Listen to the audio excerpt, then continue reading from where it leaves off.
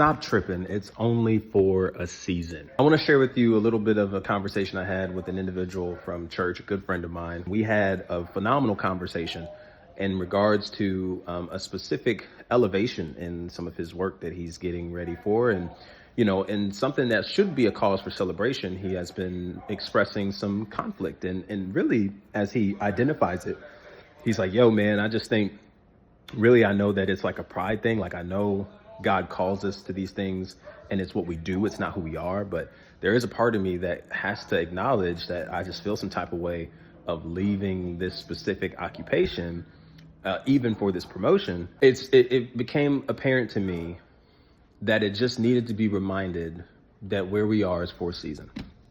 To which I reminded him of Ecclesiastes 3:1, because it's very, very important that we recognize that God calls us to specific spaces for a season. Now, we don't know how long that season's going to be.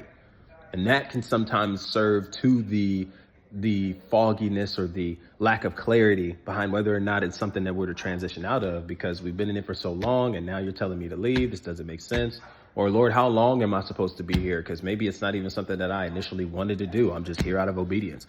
And I really wish that Solomon would have given us some kind of clarity, as he is giving us a whole rant in verses 1-8 of Ecclesiastes 3, a time to heal, a time to this, a time to that, a time to this, a time to that. I wish that we would have gotten some clarity on how long we can expect this a time to last for. But in reality, what I believe that this text pushes us to is to be able to depend on God for navigating through such seasons and relying on him for his guidance, his wisdom, and going before us and ordering our steps, while also acknowledging the things that God is speaking to us and revealing to us in our time with him, to be able to determine if a season is up and it's time to move forward. And I think one of the things that we should look for to determine if whether or not a season has expired is whether or not God's peace is present. And peace does not always mean comfort. I would say rarely does it ever mean, really, from a scriptural perspective, that we're comfortable and everything is at ease and okay. When in reality, peace is a combination.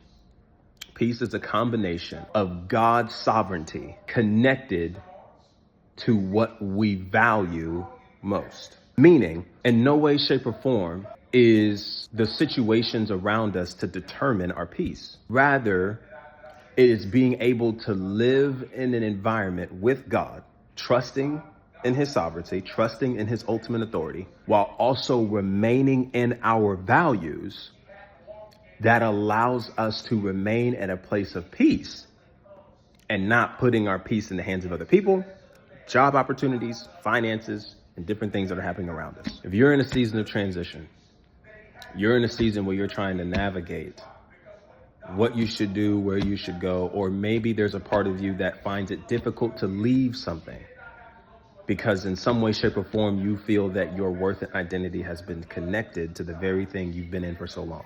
I want to encourage you. It's only for a season. Where you were, what God called you to, what God allowed you to steward in that space was only for a season. It was never yours to begin with. And what God calls you to do is not who you are.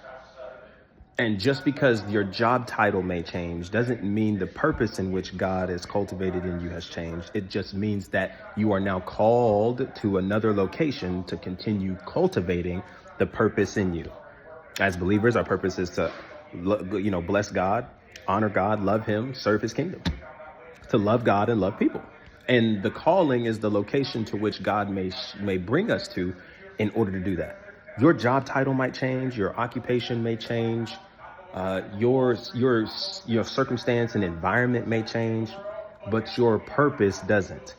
And it's extremely important that when we get into these spaces of acknowledging that it's only for a season, where we are is only for a season, what's in front of us is only for a season, what God has trusted us with in an open hand is for a season, that we steward it properly and we're willing to give it back when God asks for it. Because if we're willing to do that, that shows that God can trust us with more. And that also allows us to not conflict our identity to the thing that God is actually wanting to do through us, and being able to return it back when it's asked for. Listen, y'all, it is extremely important that you recognize that where you are is only for a season. And just because your title and occupation or your location has changed It does not hinder you from being able to do what you were once doing in those spaces, to continue cultivating the gifts, skills, and talents that you were able to express in those areas. It just means that now you are called to a different location to do those same things at an even greater rate, to even reach more people. And it may be uncomfortable because it's unfamiliar, but that does not mean that God's peace does not reside there. Rather, it just means that we're being stretched. Anytime we're being stretched, it takes us stepping out of our comfort zone. And oftentimes stepping out of our comfort zone is where God is. So don't keep looking for what's comfortable. Don't keep attaching to the things that you're comfortable in because it's been there for so long. And this is the only way in which I can really see God moving. Thank God he doesn't operate by our limited mindsets and thinking. Instead, I want you to go where the peace is.